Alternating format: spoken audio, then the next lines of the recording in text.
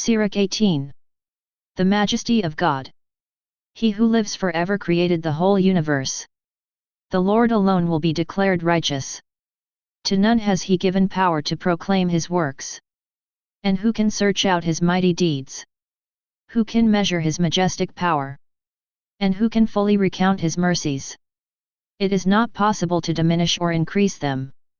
Nor is it possible to trace the wonders of the Lord. When a man has finished, he is just beginning. And when he stops, he will be at a loss. What is man, and of what use is he? What is his good and what is his evil? The number of a man's days is great if he reaches 100 years. Like a drop of water from the sea and a grain of sand. So are a few years in the day of eternity. Therefore the Lord is patient with them, and pours out his mercy upon them.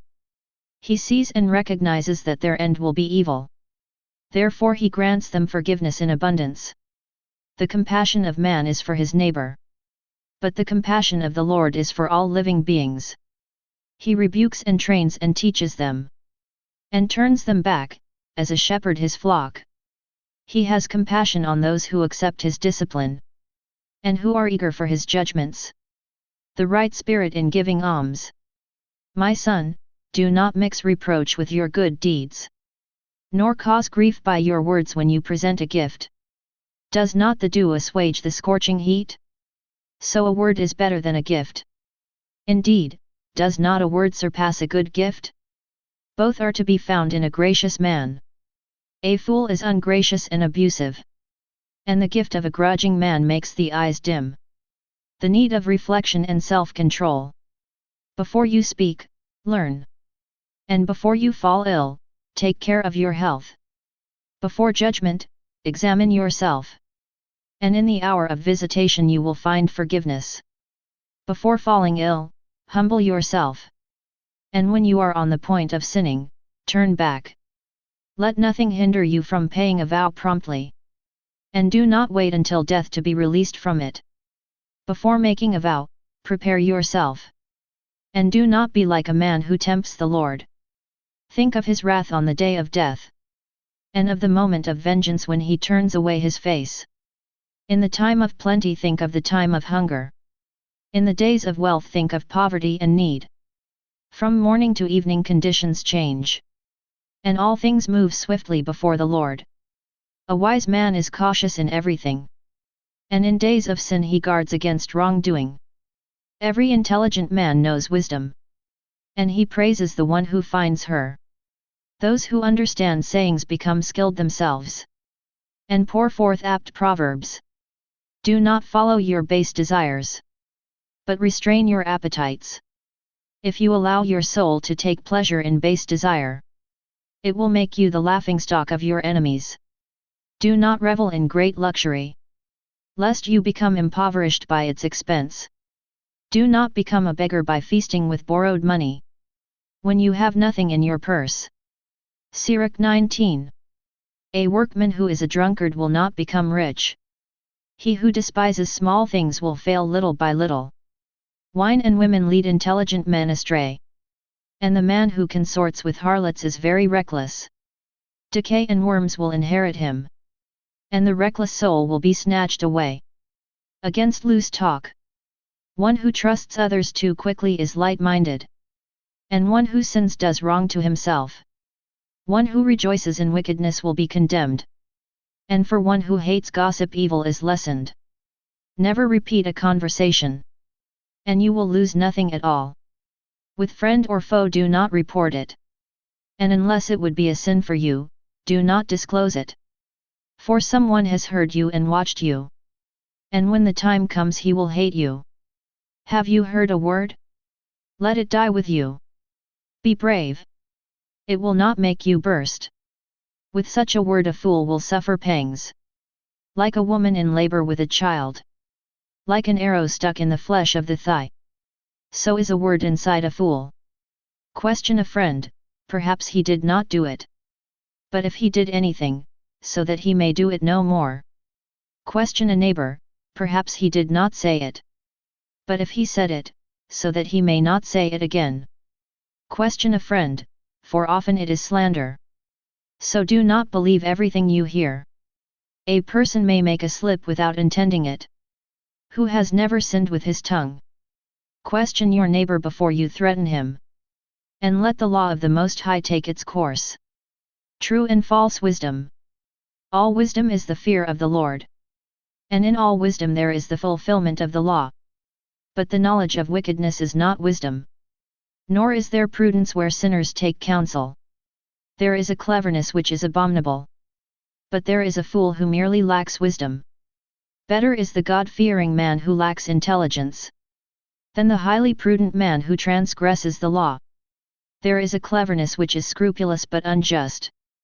And there are people who distort kindness to gain a verdict. There is a rascal bowed down in mourning. But inwardly he is full of deceit. He hides his face and pretends not to hear. But where no one notices, he will forestall you.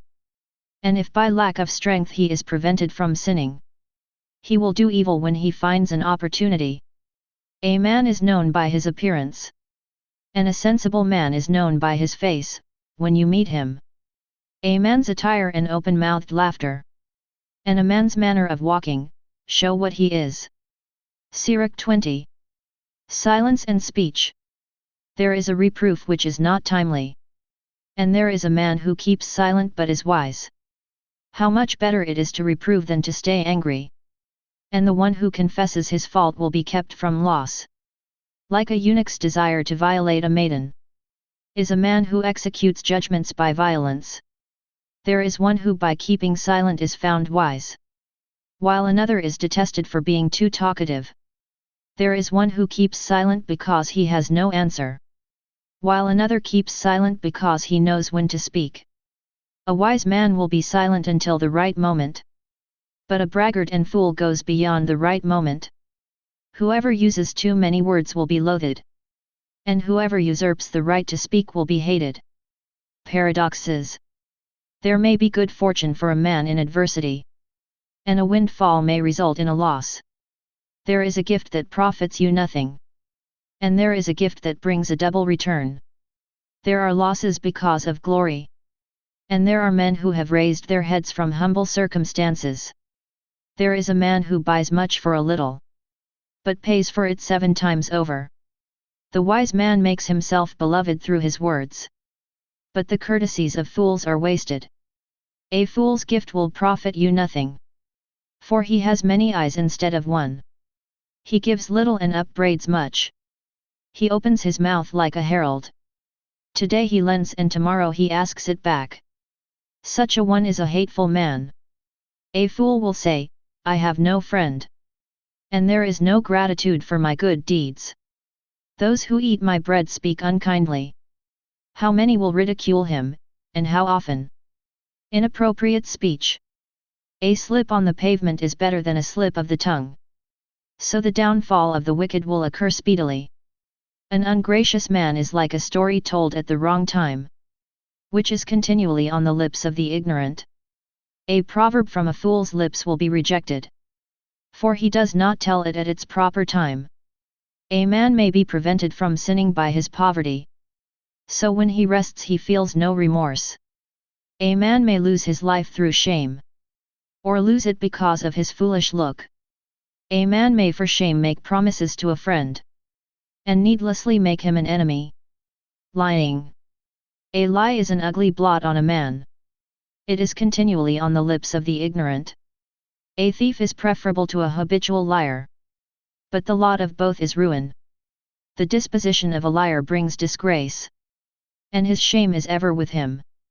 He who speaks wisely will advance himself, and a sensible man will please great men.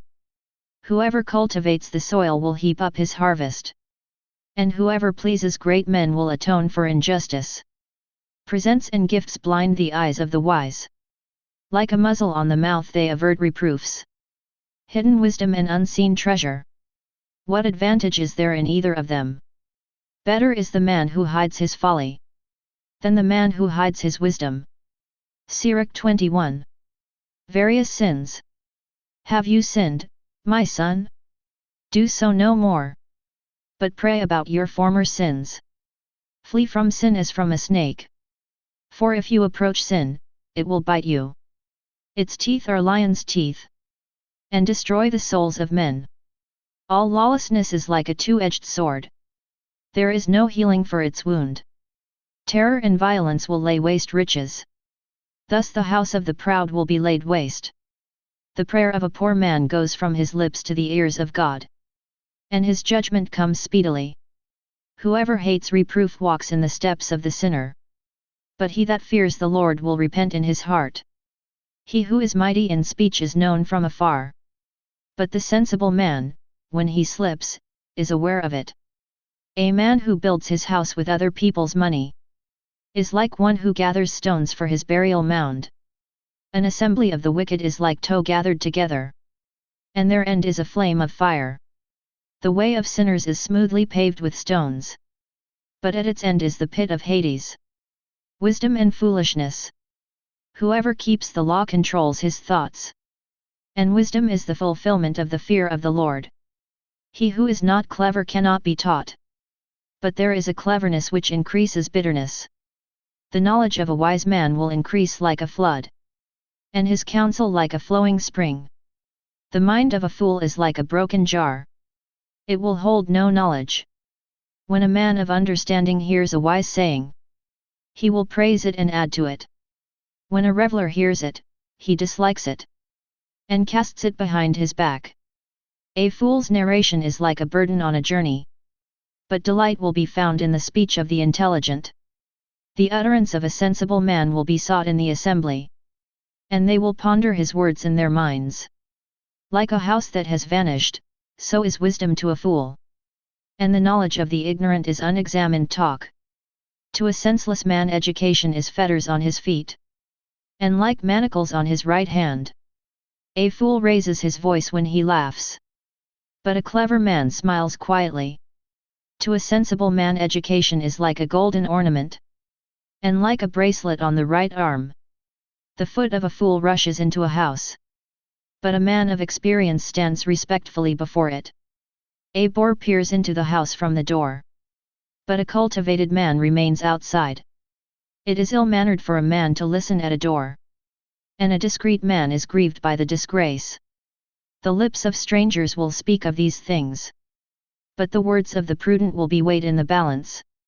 The mind of fools is in their mouth, but the mouth of wise men is in their mind. When an ungodly man curses his adversary, he curses his own soul. A whisperer defiles his own soul, and is hated in his neighborhood. Sirach 22. The idler. The indolent may be compared to a filthy stone, and every one hisses at his disgrace. The indolent may be compared to the filth of dunghills. Anyone that picks it up will shake it off his hand. Degenerate children. It is a disgrace to be the father of an undisciplined son, and the birth of a daughter is a loss. A sensible daughter obtains her husband, but one who acts shamefully brings grief to her father. An impudent daughter disgraces father and husband, and will be despised by both. Like music in mourning is a tale told at the wrong time, but chastising and discipline are wisdom at all times. Wisdom and folly. He who teaches a fool is like one who glues potsherds together, or who rouses a sleeper from deep slumber. He who tells a story to a fool tells it to a drowsy man, and at the end he will say, "What is it?" Weep for the dead, for he lacks the light, and weep for the fool, for he lacks intelligence. Weep less bitterly for the dead, for he has attained rest. But the life of the fool is worse than death. Mourning for the dead lasts 7 days, but for a fool or an ungodly man it lasts all his life. Do not talk much with a foolish man, and do not visit an unintelligent man. Guard yourself from him to escape trouble, and you will not be soiled when he shakes himself off. Avoid him and you will find rest, and you will never be wearied by his madness. What is heavier than lead? And what is its name except fool? Sand, salt, and a piece of iron are easier to bear than a stupid man. A wooden beam firmly bonded into a building will not be torn loose by an earthquake. So the mind firmly fixed on a reasonable counsel Will not be afraid in a crisis. A mind settled on an intelligent thought is like the stucco decoration on the wall of a colonnade. Fences set on a high place will not stand firm against the wind. So a timid heart with a fool's purpose will not stand firm against any fear. The preservation of friendship. A man who pricks an eye will make tears fall. And one who pricks the heart makes it show feeling. One who throws a stone at birds scares them away. And one who reviles a friend will break off the friendship.